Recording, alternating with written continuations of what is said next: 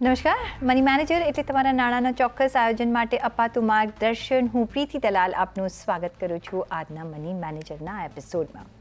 તો આરબીઆઈએ રિસન્ટલી જ 25 બેઝિસ પોઈન્ટનો સેકન્ડ રેટ કટ કર્યો છે અને સ્ટેન્સમાં આ વખતે બદલાવ પણ કર્યો છે. તો આની તમારી પર કઈ રીતની અસર થશે, લોન કઈ રીતના સસ્તી થશે, પણ સામે શું ફિક્સ ઇન્કમના વ્યાજ દર પણ ઘટશે, ડેટના રોકાણમાં હવે શું કરવું જોઈએ, આ તમામ અંગે આપણે ચર્ચા કરીશું. અને આ ચર્ચામાં આપણી સાથે આજે જોડાઈ રહ્યા છે મની મંત્રના ફાઉન્ડર વિરલ ભટ્ટ. વિરલભાઈ, ઘણું સ્વાગત છે તમારું. અને સેકન્ડ રેટ કટ આપણે જોયો, રેપો રેટમાં એક કપાત આપણે આવતા જોઈ. બજેટ પછી ફર્સ્ટ રેટ કટ આવે તો ફેબ્રુઆરીમાં અને એપ્રિલમાં આપણે અગેન 25 બેઝિસ પોઈન્ટ, એટલે હવે ટોટલી 50 બેઝિસ પોઈન્ટનો આપણે રેટ કટ જોઈ લીધો છે. લાસ્ટ રેટ કટ આવ્યો ત્યારે પાસ ઓન નહોતો કર્યો, પણ આ વખતે કન્ઝ્યુમરને પાસ ઓન પણ થયો છે. ઘણી બધી બેંકે શરૂઆત કરી દીધી છે. પણ અત્યારના આપણે જે જોઈએ કે જે રેટ કટ હમણાં અત્યારના આવ્યો છે, અકોમોડેટિવ સ્ટાન્સ પણ હવે બદલાયો છે. એનામાં હવે અકોમોડેટિવ સ્ટાન્સમાં આપણે ગયા છે, જેથી લિક્વિડિટી એ વધારે પ્રોવાઈડ કરી શકે, પ્રોફ્યુઝ કરી શકે સિસ્ટમમાં. એમનો હેતુ પહેલેથી જ રહ્યો છે. કઈ રીતના તમે જોઈ રહ્યા છો આ second initiative off rate cut સિરીઝમાં? કારણ કે હવે આપણે રેટ કટ ઓફન જોઈશું, જે રીતના આપણું ઇન્ફ્લેશન હવે કંટ્રોલમાં આવી રહ્યું છે. રાઈટ. પહેલાં તો પ્રીતિબેન, તમારો આભાર શોમાં બોલાવવા માટે. બહુ ઇન્ટરેસ્ટિંગ પોઈન્ટ પર આપણે આજે ડિસ્કસ કરી રહ્યા છે કે જ્યારે આરબીઆઈએ સેકન્ડ રેટ કટ કર્યો છે. લાસ્ટ યરમાં જ ત્યારે આપણે આમ જોવા જઈએ તો યુએસએ જ્યારે કહી દીધું હતું કે હવે અમે રેટ કટ સ્ટાર્ટ કરશું અને રેટ કટ હવે કરવા જ પડશે, કારણ કે સિચ્યુએશન્સ એવી આવી ગઈ છે કે જ્યાં રેટ કટ એક સારો વિકલ્પ હોઈ શકે કોઈ પણ કન્ટ્રી માટે, કે ભાઈ એને ગ્રોથને ધ્યાનમાં રાખવાનું છે, ઇન્ફ્લેશનને પણ ડેફિનેટલી ક્યાંક ને ક્યાંક દેખાશે જ, નજર કરશે જ. અને એના પછી આ જે રેટ કટ્સ છે કે ઇન્ટરેસ્ટ રેટ ઓછું કરવું. હવે જ્યારે લાસ્ટ યર યુએસએ ફેડે કહી દીધું હતું કે ભાઈ રેટ કટ અમે સ્ટાર્ટ કરી દીધા છે, એટલે બધી કન્ટ્રીઝ પણ વિચારવા માંડે કે ભાઈ અમે પણ રેટ કટ કરશું. અને ક્યારે કરશું એ ડેફિનેટલી બધાની ઇકોનોમી અને બધાના સિચ્યુએશન પર ડિપેન્ડ કરે છે કે ક્યારે કરવું. પણ મને લાગે છે કે આપણા જે ગવર્નરે છે ફેબ્રુઆરીમાં જ્યારે પોલિસી આપી, આરબીઆઈએ જ્યારે પોલિસી આપી ત્યારે પહેલું રેટ કટ કર્યું. અને ત્યારથી એમના સ્ટાન્સ અગર જોઈએ કે ભાઈ હવે રેટ કટ્સ અહીંયા પણ થશે, અને જે એક ટાઈમ સુધી સારો એવો રેટ ઇન્ક્રીઝ કર્યો, પછી સ્ટેબલ રહ્યા, અને હવે જે કન્ટ્રીને નીડેડ છે કે ભાઈ રેટ કટ કરશું, ગ્રોથ ડેફિનેટલી સારો એવો કરશું, અગર ક્યાંક પ્રોબ્લેમ્સ છે એને આપણે પ્રોપર રીતે સેટ કરશું, અને ડેફિનેટલી થોડાક સમય માટે કદાચ ઇન્ફ્લેશન પર એનો ભાર પડશે. પણ મને લાગે છે કે કન્ટ્રીમાં પૈસા જેટલા વધારે ને વધારે જાય, એના કારણે લોકો વધારે ને વધારે સ્પેન્ડિંગ કરે અને ઇકોનોમી સારી બને. એટલે મને લાગે છે કે આ જે રેપો રેટ, હવે રેપો રેટ પણ એક વખત આપણે દર્શકોને કહી દઈએ કે રેપો રેટ એટલે શું, કે ભાઈ આરબીઆઈ પાસે જે પૈસા પડેલા છે એ આરબીઆઈ જે બેન્કોને આપે, કમર્શિયલ બેન્કોને આપે, એ બેન્કનો જે વ્યાજ દર છે એમાં કટોતી કરી છે, એમાં ઓછા કર્યા છે. અત્યાર સુધી 2 રેટ કટ થઈ ગયા છે. ફેબ્રુઆરીમાં એક રેટ કટ થયો, અને હમણાં એપ્રિલના પોલિસી મીટમાં આરબીઆઈએ 25 બેસિસનો રેટ કટ કર્યો છે. તો હવે જે બેન્કો આરબીઆઈ પાસેથી પૈસા લેશે, એ જે ઇન્ટરેસ્ટ રેટ છે એ ઓછો થયો છે, જેના કારણે એમને વધારે ને વધારે પૈસા, એ લોકો રેટ કટ ઓછો થયો છે એટલે વધારે પૈસા લઈ શકશે, અને પછી ઇકોનોમીમાં ટ્રાન્સફર કરશે, કન્ઝ્યુમરને ટ્રાન્સફર કરશે, ઇન્ડિવિજ્યુઅલ્સને ટ્રાન્સફર કરશે. એબ્સોલ્યુટલી. એટલે હવે ચીપર ફંડ્સ તમને મળશે, કારણ કે બેંક્સને પણ ચીપર ફંડ મળશે, તો એ પાસ ઓન કરશે. લાસ્ટ ટાઈમ નહોતું પાસ ઓન થયું, પણ યસ, આ વખતે આપણે જોઈ રહ્યા છીએ કે એસબીઆઈ અને એચડીએફસી બેંકે ઓલરેડી પહેલ કરી દીધી છે, અને અધર બેંક્સ પણ ફોલો કરી રહી છે. પણ having sad that, domestic situation આપણી સારી રહી છે, આપણે ઇન્ફ્લેશનને ખાસું એવું કાબૂમાં રાખ્યું છે, આપણા જીડીપી અનુમાન પણ મોર ઓર લેસ સારા રહ્યા છે. જો કે because of the tariff turmoil એક થોડા 20-30 બેઝિસ પોઈન્ટ આપણે ઘટાડ્યા પણ છે. પણ ટેરિફનું શું છે કે ઉપર નીચે જઈ રહ્યા છે, બહુ જ અનસર્ટનિટી એમાં પણ છે. જે 4-5 દિવસ પહેલાં જે સિચ્યુએશન હતી ને હવે સિચ્યુએશન ઓલવેઝ બદલાતી આપણે જોઈ રહ્યા છીએ કન્ટિન્યુઅસલી. અત્યારનો જે સિનારીઓ જોઈએ જ્યારે આપણે શો કરી રહ્યા છે ત્યારે કે ટેરિફમાં 90 ડેઝનો પોઝ આવી ગયો છે ને એના લીધે આપણે જોઈ રહ્યા છીએ કે જે આ રેટ કટ છે સપોર્ટ કરશે આપણને અને વધારે મે બી સપોર્ટ કરશે બિકોઝ અત્યારની જે સિચ્યુએશન આપણે જોઈ રહ્યા છે કે ભાઈ ઇન્ફ્લેશનની થોડી ચિંતા હોઈ શકે પણ ઇન્ફ્લેશનમાં આપણું કાબૂમાં છે પણ ગ્લોબલી એ સિચ્યુએશન નથી ત્યાં ઇન્ફ્લેશન અથવા રિસેશન બંને તરફનું આપણે પ્રોબ્લેમ જોઈ રહ્યા છે ગ્લોબલ ચેલેન્જીસ શું જોઈ રહ્યા છો અને અત્યારના જે આપણે રેટ કટ આવ્યો છે કઈ રીતના આપણે ચેલેન્જ ફેસ કરી શકીએ છીએ as a Indian domestic market પ્રીતિબેન ગ્લોબલ સિચ્યુએશનની વાત કરીએ ને તો બહુ અનસર્ટેનિટીઝ છે મને લાગે ને કે આ બધી સિચ્યુએશનમાં છે ને એક ઇન્ડિયા જેવી એક કન્ટ્રી છે કે બહુ ક્લિયર સ્ટેન્ડિંગ છે ક્લિયર આઉટપુટ છે ક્લિયર ડાયરેક્શન છે કે અમારે શું કરવું છે અને અમે કેવી રીતે કરશું એક બહુ નેચરલ એક હોય છે જ્યારે પણ આપણે ઇકોનોમિક્સમાં પણ આપણે જ્યારે ભણતા હતા ને ત્યારે આપણને સમજવામાં આવ્યું હતું કે આજના સમયમાં આમ જોવા જઈએ ને તો બધી કન્ટ્રીઝ ક્યાંક ને ક્યાંક કનેક્ટેડ છે એટલે તમે એમ આઇસોલેટેડ થઈને ના રહી શકો એટલે ક્યાંક કંઈક ઇવેન્ટ થાય કે એક્ઝામ્પલ આપણે આજે રેટ કટની વાત કરી રહ્યા છીએ કે ત્યાં રેટ કટ કર્યું તો એની અસર ક્યાંક ને ક્યાંક અહીંયા દેખાવાની એની વાતો અહીંયા દેખાવાની એના ટ્રેડ્સ ઉપર એના ઓવરઓલ પોલિટિકલ અને ઇકોનોમિકલ સિચ્યુએશન પર ફરક આવવાનો છે પણ મને શું લાગે છે કે ગ્લોબલ સર્ટેનિટીઝ બહારની દેશોમાં હજી પણ અનસર્ટેનિટીઝ જેવું જ છે કારણ કે આ જે ટ્રેડ વોર છે યુએસના પ્રેસિડેન્ટ ક્યાંક સ્ટેટમેન્ટ એક દિવસે કંઈક એક હોય છે બીજા દિવસે કંઈક બીજું હોય છે અને એ પણ એટલું કન્ફ્યુઝન ને એટલું વોલેટાઇલ જેટલું છે કે ડાયરેક્શન મળવું ને એ એક થોડુંક ચેલેન્જ થઈ ગઈ છે કે ભાઈ કેવી રીતે આપણે પ્લે આઉટ કરવું તો મને લાગે છે કે આ જે ઇવેન્ટ્સ જે થઈ રહ્યા છે ને એને માર્કેટ એબ્ઝોર્બ કરવામાં વાર લગાડશે સમય લગાડશે કે ભાઈ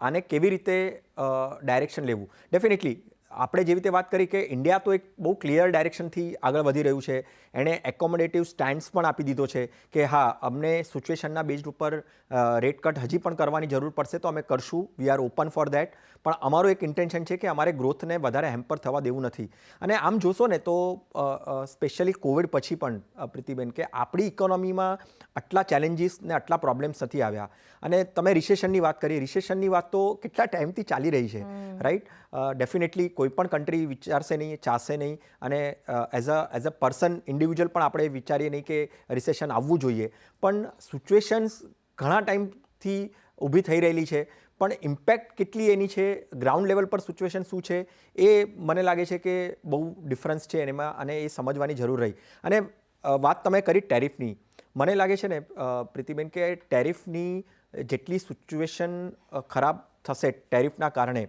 ઇન્ડિયામાં એ બહુ નહિવત જેવું લાગે છે હજી પણ ટુ અર્લી ટુ સે કારણ કે આમાં આ એક એવું એક પગલું છે ને જે યુએસ લઈ રહ્યું છે એની ઇમ્પેક્ટ અત્યારે તરત દેખાશે નહીં અને સાંભળવામાં જોવામાં તો નેગેટિવ ઇમ્પેક્ટ દેખાય છે રાઈટ કારણ કે નંબર્સ આપણે સાંભળીએ છીએ the way he convey the message of tariff cuts and all aggressiveness દેખાશે રાઈટ પણ ક્યાંક ને ક્યાંક સોફ્ટ થઈ જાય છે પછી ખબર પડે છે કે નહીં ભાઈ આપણે વાતો કરશું ડિસિશન મ્યુચ્યુઅલી લઈશું અને મને લાગે છે કે જે ટ્રેડ બિઝનેસના પોઈન્ટ ઓફ વ્યૂથી છે ને ઇન્ડિયા આ બધામાંથી મને લાગે છે કે બહુ સારું એવું બહાર નીકળશે અને જે એક્સેપ્ટન્સ બીજા દેશોની કદાચ આપણી સાથે ટ્રેડ કરવાની આવશે અને ટેરિફના પોઈન્ટ ઓફ વ્યૂથી પર્સન્ટેજ ઇમ્પેક્ટ પણ જોશો ને જેટલું એનાલિસિસ પ્રાઇમા ફેસી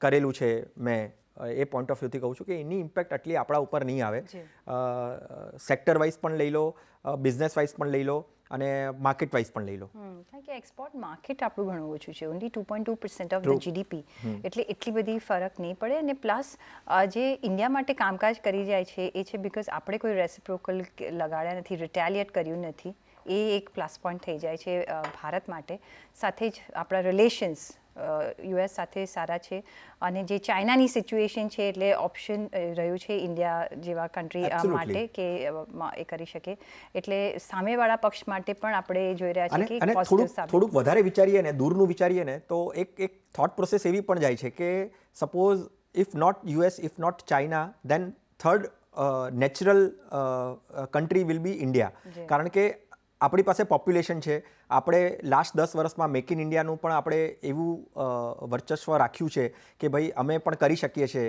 છીએ. કેટલું થશે, કેટલા રેડી છે એ કદાચ ક્વેશ્ચન માર્ક હોઈ શકે. યસ ઓફકોર્સ એ ટાઈમ આપણને કહેશે, પણ જ્યારે આપણે ઇન્ટરેસ્ટ રેટ કટની વાત કરી રહ્યા છે અને તમારા અને મારા જેવાને કઈ રીતના એ બેનિફિટ કરી શકે છે, બિકોઝ કોઈ કહે છે કે હા કટ કર્યો તો પછી શું અમારે માટે શું છે, તો કઈ રીતના ઇમ્પેક્ટ થઈ શકે છે આપણે આજે આ વાત કરીશું. ફર્સ્ટ આપણે લઈએ ડેટ મ્યુચ્યુઅલ ફંડ અને એની ઇમ્પેક્ટ, રેટ કટની ઇમ્પેક્ટ કઈ રીતના મ્યુચ્યુઅલ ફંડ ઇન્વેસ્ટર અને એનીમાં બી specially debt mutual fund investor પર પડી શકે છે. રાઈટ. હંમેશા જ્યારે પણ આપણે રેટ કટ થાય ને તો જે ઇન્વેસ્ટર્સ છે એ હંમેશા કન્ફ્યુઝ થઈ જાય કે મારે શું કરવાનું શું આ સિચ્યુએશનમાં. એટલે સાંભળવા માટે 25 બિપ્સ રેટ કટ કર્યો, પણ ભાઈ મારા માટે શું છે આની અંદર, આ બધી બહુ ટેકનિકલ થઈ ગયું, મારા પર ઇમ્પેક્ટ થશે કે નહીં. ડેફિનેટલી ક્યાંક ને ક્યાંક ઇમ્પેક્ટ હોય જ, એટલા જ માટે આપણે આજે ચર્ચા કરી રહ્યા છે. અને એમાં ઇન્વેસ્ટમેન્ટ્સના પોઈન્ટ ઓફ વ્યૂથી વાત કરીએ, મ્યુચ્યુઅલ ફંડ્સની વાત કરીએ તો ડેટ મ્યુચ્યુઅલ ફંડ્સ. મને લાગે છે કે ડેટ મ્યુચ્યુઅલ ફંડ્સના પોઈન્ટ ઓફ વ્યૂથી આપણે પહેલાં પણ વાતો કરી છે, જ્યારે એવું સમજવામાં આવતું હતું કે કદાચ રેટ કટ થશે ઇન્ડિયામાં તો શું કરવું. લોંગ ડ્યુરેશનના જે ફંડ્સ હોય ને એ તમારા પોર્ટફોલિયોમાં અગર તમારું ડ્યુરેશન તમે લોંગ રાખવા માંગો છો, અહીંયાથી લોંગ રાખવા માંગો છો એટલે તમે અહીંયાથી 5 વર્ષ, 7 વર્ષ, 10 વર્ષ રાખવા માંગો છો ને, તો અત્યારે તમે તમારા પોર્ટફોલિયોમાં ડેટ એલોકેશનથી તમે ડેટ મ્યુચ્યુઅલ ફંડ્સ જોશો ને તો લોંગ ડ્યુરેશન ફંડ્સ બહુ જ એટ્રેક્ટિવ થઈ જશે. હવે રેટ કટની એનાઉન્સમેન્ટ અને એની પહેલાં થોડા ટાઈમ પહેલાં તમે ઇન્વેસ્ટમેન્ટ કરેલું હશે અને તમે કદાચ શોર્ટ ટર્મ પ્રિફર કરતા હશો, કારણ કે આપણે ડેટમાં શોર્ટ ટર્મ ફંડ્સ પણ રાખીએ છીએ, લિક્વિડ ફંડ્સ છે, શોર્ટ ડ્યુરેશન ફંડ્સ છે, રાઈટ, કે પછી મીડિયમ ડ્યુરેશન ફંડ્સ પણ એને તમે અગર તમે એમાં આવરી લો, માની લો 3 મહિનાથી લઈને 3 વર્ષ સુધી, રાઈટ, 3 મહિનાથી 3 વર્ષ is a short term and medium term both. તો તમે મને લાગે છે કે એમાં તમને સારો એવો ગેઇન મળ્યો હશે અગર તમે રેટ કટ પહેલાં ઇન્વેસ્ટમેન્ટ કરેલું હશે તો. હવે તમે નવા ઇન્વેસ્ટર્સ છો, તમે પોઝિશન કરવા માંગો છો, રેટ કટ હજી પણ આવશે, કેટલા આવશે તો ડેફિનેટલી તો ઇકોનોમી અને એના આગળ પ્રોગ્રેસ પર ખબર પડશે.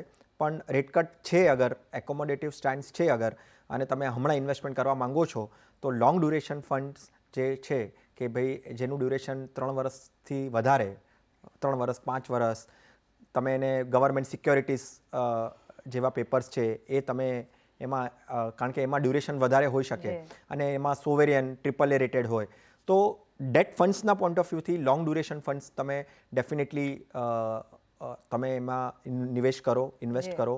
અને અગર તમે રેટ કટ પહેલાં થોડોક પહેલાં જ ઇન્વેસ્ટમેન્ટ કરેલું છે, શોર્ટર ડ્યુરેશનના ફંડ હશે તો એને થોડા ટાઈમ સુધી હજી વધારે રાખો, તો તમને જે રેટ કટનો ફાયદો તમને તમારા પ્રાઇસ પર સારી રીતે રિટર્ન્સ મારફતે દેખાશે. ઝોન માટે તમે અત્યારના લોક ઇન કરી લો, બીકોઝ આગળ જતાં આપણે રેટ કટ વધારે જ જોવાના છે. એબ્સોલ્યુટલી.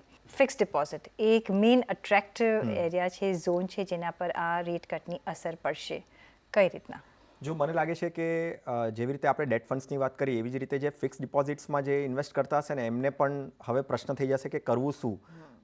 પહેલાં તો તમે ફિક્સ ડિપોઝિટ્સમાં વિચારતા હો તો બેંક ડિપોઝિટ્સ ડેફિનેટલી રેટ કટની ઇમ્પેક્ટ આવશે અને થવા માંડી છે. આપણે સાંભળવા પણ માંડ્યા છે કે અમુક બેન્કોએ એમના રેટમાં ફેરફાર કર્યા છે, રાઈટ. તમે અગર ઇન્વેસ્ટમેન્ટ કરતા હશો ત્યાં પણ ફરક દેખાશે, તમારું અગર EMI જતું હશે તો ત્યાં પણ ફરક દેખાશે, રાઈટ. તો બેંક ડિપોઝિટ્સના પોઈન્ટ ઓફ વ્યૂથી મને લાગે છે કે જે સ્મોલ બેંક્સ છે ને એને વિચારવું જોઈએ. અને હવે તો 5 લાખ સુધીની પણ તમારે ઇન્સ્યોરન્સની ગેરંટી છે સ્મોલ ફાઇનાન્સ બેંક્સ જે હોય, રાઈટ. તો અગર તમારો ત્યાં બેંક ડિપોઝિટ્સમાં રેટ ઓછો થઈ ગયો છે ને તો ત્યાં તમે શિફ્ટ થવાનું વિચારો, સ્મોલ બેન્કિંગ ફાઇનાન્સને જુઓ. એક વખત નોન બેન્કિંગ ફાઇનાન્સની પણ કંપનીને વિચારી શકાય, કારણ કે ત્યાં રેટ હજી પણ એટ્રેક્ટિવ હશે compare to your bank deposits. તો અને નિવેશ કરવાનું વિચારતા હો ને ઇન્વેસ્ટ કરવાનું તો કરી નાખો, કારણ કે રેટ કટ્સ હજી પણ આવવાના છે, રાઈટ. તો તમે એવું વિચારો નહીં કે ભાઈ મને રેટ ક્યાંથી વધારે સારા મળશે. થોડુંક એક દિવસનો ટાઈમ લો, એનાલિસિસ કરો, કમ્પેરિઝન કરો અને પછી ઇન્વેસ્ટ કરી નાખો. જો તમારે ડેટમાં તમે ફિક્સ ડિપોઝિટમાં માનતા હો તો, પણ જેને લોંગર ડ્યુરેશન માટે જે તમે અત્યારના ઓલરેડી રોકાણ કરી દીધું છે એ રેટ્સમાં ફરક નહીં આવે, બીકોઝ એ લોક ઇન થઈ ગયા છે. એટલે એના માટે તમારે ચિંતા કરવાની જરૂર નથી. ફિક્સ ડિપોઝિટમાં નિવેશ કરવું હોય અને રેટનો હજી પણ એડવાન્ટેજ લેવો હોય તો તમારે લોંગર ટર્મ ડ્યુરેશનમાં કરજો, જેથી તમને એડવાન્ટેજ એ મળી શકે. EMIs તમે મેન્શન કર્યું. હવે એ એક ફાયદો થઈ શકે છે કારણ કે EMI હવે આપણા ઓછા ભરવા પડશે અને જે ફ્લોટિંગ રેટ ઓફ તમે ઇન્ટરેસ્ટની જો લોન લીધી હશે એ લોકોને એમાં સારો એવો ફરક પડશે.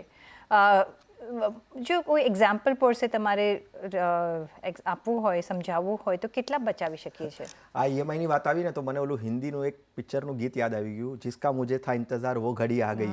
આ જે પણ EMI ભરતા હશે ને એ બધા લોકો આ વિચારતા હતા કે ક્યારે આવશે, ક્યારે મારા EMI ઓછા થશે. EMI ઓછા ડેફિનેટલી થશે. અમુક બેંકોએ તો એનાઉન્સ કરી નાખ્યું છે. SBI bank, bank of India, Indian bank, એ લોકોએ એના જે લેન્ડિંગ રેટ્સ છે એના પર એ લોકોએ 25 બિપ્સ કટ કરેલો છે. તો ઇન્ડિયન બેંકે તો આઈ થિંક એનો ઇન્ટરેસ્ટ રેટ અગર તમે હમણાં હોમ લોન લેવા જશો તો તમારો રેટ કદાચ 8% આવતો હશે પહેલાં, હવે કદાચ એનાથી ઓછો આવી જશે, એટલે 8%થી પણ ઓછો. SBIનું એક્ઝામ્પલ લઈએ તો 8.5 હશે પહેલાં રેટ, તો હવે અત્યારે 8.25 રેટ થઈ જશે, એટલે 25 બેસિસ પોઈન્ટ્સનો બહુ જ સારો એવો ફાયદો. તમે એક્ઝિસ્ટિંગ લોન ગ્રાહક હશો ત્યાં પણ તમારા EMI પર ઓછું બર્ડન આવશે. મારા કેલ્ક્યુલેશનના પ્રમાણે 50 લાખની લોન તમે 20 વર્ષ સુધી લીધી હશે, તમારો 8.25નો પહેલાં રેટ હશે તો તમારો EMI 42,603ની આસપાસ આવતો હશે. પણ હવે અગર એ લોકોએ 25 બેસિસ પોઈન્ટ ડિક્લેર કર્યું છે ઓછા થશે તમારા ઇન્ટરેસ્ટ રેટ ઉપર, તો 8.8% પર તમારું EMI આવશે 41,822, એટલે ઓલમોસ્ટ 700થી 800 રૂપિયાનો તમારો ફરક આવશે. પ્રશ્ન એ જ છે બેન, 700-800 બચશે તો ક્યાં કરશો એને? સ્પેન્ડ કરશો કે ખર્ચો કરશો કે તમે ઇન્વેસ્ટ કરશો? અને ડેફિનેટલી આપણી સલાહ તો એ જ હોય છે કે તમારા પૈસા બચે છે, પહેલાં તમારા EMIમાં જતા હતા એ તમારો ખર્ચો જતો, તમે એને નેચરલી ખર્ચા ઉપર કન્વર્ટ નહીં કરો. પૈસા બચે છે તો એને ઇન્વેસ્ટ કરો, પ્લાનિંગ સારી રીતે કરો, તો તમને આગળ જઈને તમે જેના માટે ઘર માટે જે લોન લીધું છે, જે તમે હપ્તા ચૂકવો છો, તમારી પ્રાઇસ વધી ગઈ છે તો તમે એ પ્રાઇસને સેટ ઓફ કરવા માટે ઇન્વેસ્ટ કરો. અને આગળ જતાં આ વર્ષમાં હજી પણ આપણે 25થી 50 બેસિસ પોઈન્ટનો રેટ કટ હજી જોઈ રહ્યા છીએ, એટલે એ પણ એક એડવાન્ટેજ મળશે. તો પ્લીઝ વાપરી નહીં કરતા, બચાવજો ગમે તે રીતે, કંઈ ઇન્વેસ્ટ કરજો કે લોન રીપેમેન્ટનું તમે એક પ્લાનિંગ શરૂઆત કરી દેજો, જેથી તમે કરી શકો ને તમારી લોન ઓલવેઝ ફટાફટ ચૂકવવાની જ કોશિશ કરવી જોઈએ. ફિક્સ્ડ ઇન્કમ ઇન્વેસ્ટર્સ પર કઈ રીતના ઇમ્પેક્ટ આવી શકે છે? જેવી રીતે કીધું આપણે કે ફિક્સ્ડ ઇન્કમમાં આપણે ડેટ ફંડ્સ છે કે પછી ફિક્સ ડિપોઝિટ્સ છે કે કોઈ પણ ઇન્ટરેસ્ટ રેટ્સ જ્યાં ફિક્સ રિટર્ન્સ તમને મળે છે એમાં ડેફિનેટલી ડિક્લાઇન આવશે. એટલે તમને અગર આજના સમયે તમે વિચારો છો કે મારે ઇન્વેસ્ટ કરવું છે, તમારો પોર્ટફોલિયોમાં તમે એમ વિચારો છો કે 20-30% મારે એલોકેશન રાખવું છે ડેટમાં, તો તમે એને ફિક્સ ડિપોઝિટ્સમાં એલોકેશન કરી શકો. ફિક્સ ડિપોઝિટ્સમાં તમે સ્મોલ ફાઇનાન્સ બેંકના બેંક ડિપોઝિટ્સ વિચારી શકો કે પછી નોન બેન્કિંગ ફાઇનાન્સ કંપનીઝ જે છે, રાઈટ, એવા કંપનીના ફિક્સ ડિપોઝિટ્સ વિચારી શકો છો જેનો ટ્રેક રેકોર્ડ સારો છે, ઘણા વર્ષોથી ડિપોઝિટ્સ ચલાવે છે. તો એવા જે કંપનીઝ છે એમાં તમે કે પછી જે એવી બેંક્સ છે, એવી બેંક્સમાં કે જેમાં તમને કમ્પેરેટિવલી અગર રેટ કટ થયો પણ છે તો પણ તમારું ઇન્ટરેસ્ટ જે મળે છે એ તમને 8થી 9% ના રેન્જમાં છે. કારણ કે HDFC બેંકે એના સ્મોલ સેવિંગ જે ડિપોઝિટ્સ છે, એટલે જે તમે સેવિંગ બેંક એકાઉન્ટમાં તમે પૈસા રાખેલા છે એમાં પણ એમણે 25 બિપ્સ ઓછો કર્યો છે. એટલે તમે વિચારો કે તમારા પૈસા અગર આઈડલી પણ પડ્યા હશે બેંકમાં, ત્યાં પણ તમને માર પડવાની છે. તો તમે એને ઇન્વેસ્ટ કરો, પણ ઇન્વેસ્ટ વાઇઝલી કરો. બેંક ડિપોઝિટ્સ ડેફિનેટલી વિચારી શકો. સ્મોલ બેંક ફાઇનાન્સ જે છે એવી બેંક્સને વિચારી શકો, કાં તો પછી તમે નોન બેન્કિંગ ફાઇનાન્સ જ્યાં નોર્મલ બેંક્સના ડિપોઝિટ્સ કરતાં વધારે તમને ઇન્ટરેસ્ટ રેટ હજી પણ મળી શકે છે. એમાં પણ ચૂઝ એન્ડ પિક કરવાની જરૂરિયાત રહેશે. સાથે જ સ્મોલ સેવિંગ સ્કીમ્સ પર હજી સુધી કંઈ અનાઉન્સ નથી આવ્યું, પણ એમાં પણ જો વધારે રેટ કટ આવે છે તો અહીંયા પણ એક ફરક પડી શકશે. જો મારું એક એનાલિસિસ એવું કહે છે પ્રીતિબેન કે જે પણ ગવર્મેન્ટ થકી જેટલી પણ સ્કીમો હતી ને, just to give you example કે ભાઈ SGB સોવેરેન ગોલ્ડ બોન્ડ ફંડ જે હતા એમાં ભાર પડી રહ્યો હતો એમને, આટલું ગોલ્ડની પ્રાઇસ વધી ગઈ અને હવે એ મારી માટે પોસિબલ નથી કે આટલું હું રિટર્ન્સ કરી શકું, રાઈટ, એ રેટ પર રિટર્ન પર, તો મેં એને બંધ જ કરી નાખ્યું. તો હવે આવી ઇમ્પેક્ટો ડેફિનેટલી ક્યાંક ને ક્યાંક દેખાશે તમારા સ્મોલ સેવિંગ જે ગવર્મેન્ટ બેક છે, જે પોસ્ટ ઓફિસ સ્કીમ્સ છે કે પછી PPF છે. હવે આ PPF જેવું ઇન્સ્ટ્રુમેન્ટને તો ઘણા ટાઈમ સુધી ઇન્ટરેસ્ટ રેટને ઘટાડ્યો જ નથી. જી. એટલે એવા બધા ઇન્સ્ટ્રુમેન્ટ પર પણ માર પડશે અને ડેફિનેટલી કદાચ ત્યાં 25 બેસિસ પોઈન્ટ નહીં કરે, ત્યાં કદાચ મને લાગે છે 10 બેસિસ પણ પોઈન્ટ. હજી સુધી કંઈ આવ્યું આવ્યું નથી, નથી, હજી કાંઈ આવ્યું નથી. પણ આપણે થોડીક તૈયારી રાખવી જોઈએ સો દેટ તમે કોમ્પન્સેટ કરી શકો બીજા કોઈ Absolutely. નિવેશ માટે. સાથે જો આપણે સેક્ટર વાઇઝ જોવું હોય તો કયા સેક્ટર્સમાં તમે જોઈ રહ્યા છો કે રેટ કટનો મેક્સિમમ બેનિફિટ મળશે અને આપણે ત્યાં ઇન્વેસ્ટ કરવું જોઈએ? એક તો મને લાગે છે બે નેચરલ સેક્ટર્સ જે છે કે જ્યાં એની ઇમ્પેક્ટ દેખાશે જ. એક તો છે ઇન્ફ્રાસ્ટ્રક્ચર સેક્ટર. શું કામ? કારણ કે ભાઈ જે પણ કંપનીઝ છે કે જે પણ ડેવલપમેન્ટ જ્યાં પણ થવાનું છે, રાઈટ, એ કંપનીને પૈસા જોતા હોય છે એ ડેવલપમેન્ટ માટે, અને પૈસા જોતા હોય છે તો પૈસા લેવા માટે બેન્ક્સનો સહારો હોય છે. બેન્ક્સના સહારા હોય છે તો બેંકના સહારાના પ્રમાણે અગર બેન્ક્સે રેટ ઓછા કરી નાખ્યા છે કે ભાઈ મને 3 મહિના કે 6 મહિના પહેલાં જે રેટ પર પૈસા મળતા હતા એમાં મને અગર ઘટાડો દેખાયો છે અને હું પૈસા થોડોક સસ્તામાં આપી શકું છું તો હું વધારે ને વધારે પૈસા હું ઉપાડીશ, રાઈટ. તો એ પૈસા જે ઉપાડશે ઇન્ફ્રાસ્ટ્રક્ચર કંપનીઝ, તો ઇન્ફ્રાસ્ટ્રક્ચર સેક્ટરને ફાયદો થવાનો છે, ઇન્ફ્રાસ્ટ્રક્ચર કંપનીઝને ફાયદો થવાનો છે.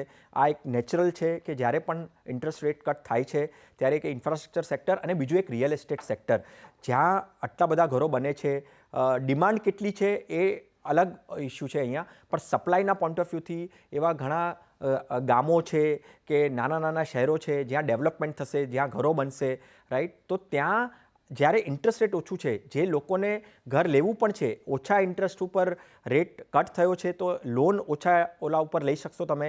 તો આ બધું રિયલ એસ્ટેટ સેક્ટરને બહુ જ કનેક્ટેડ છે, અને રિયલ એસ્ટેટ સેક્ટરની અંદર બીજા ઘણા બધા નાના નાના સેક્ટરો આવી જાય છે. તો મને લાગે છે કે રિયલ એસ્ટેટ સેક્ટર અને એઝ અ હોલ ઇન્ફ્રાસ્ટ્રક્ચર સેક્ટરને બહુ જ સારો એવો ફાયદો થવાનો છે આ રેટ કટથી. તો રિયલ એસ્ટેટ સેક્ટર અને ઇન્ફ્રા સેક્ટર પર તમે ધ્યાન આપી શકો છો. સેક્ટરિયલ જ્યારે તમારે જો નિવેશ કરવું છે તો અહીંયા એક એલોકેશન તમે કરી શકો છો. પછી એ ડિરેક્ટલી હોય કે થ્રુ મ્યુચ્યુઅલ ફંડ હોય, પણ એક રોકાણ માટે ધ્યાન રાખવું જોઈએ. સો આ હતી કે રેટ કટનું કઈ રીતના ઓન ધ હોલ આપણે ઇફેક્ટ જોઈ શકીએ છીએ, પ્લસ અને માઇનસ બે તરફની આપણે જે નિવેશ કર્યું છે એના પર આપણને લો રિટર્ન્સ મળી શકે છે, પણ જે આપણે લોન લીધી છે એના પર એક ફાયદો થઈ શકે છે અને તમે એવી રીતે સરભર કરી શકશો જો તમારા જે કોઈની લોન હોય તો. ઓન દેટ નોટ ઘણો આભાર તમારો વિરલભાઈ અમારી સાથે આજે જોડાવા બદલ. અને સાથે જ પર્સનલ ફાઇનાન્સના તમારા સવાલ અમને મોકલો, તમારું નામ, શહેર, ઉંમર સાથે ઈમેલ કરો અમને money@nw18.com પર, ફેસબુક પર લખો અમને facebook.com/cnbc50 પર, અને વોટ્સએપ પણ કરી શકો છો 75066600 પર.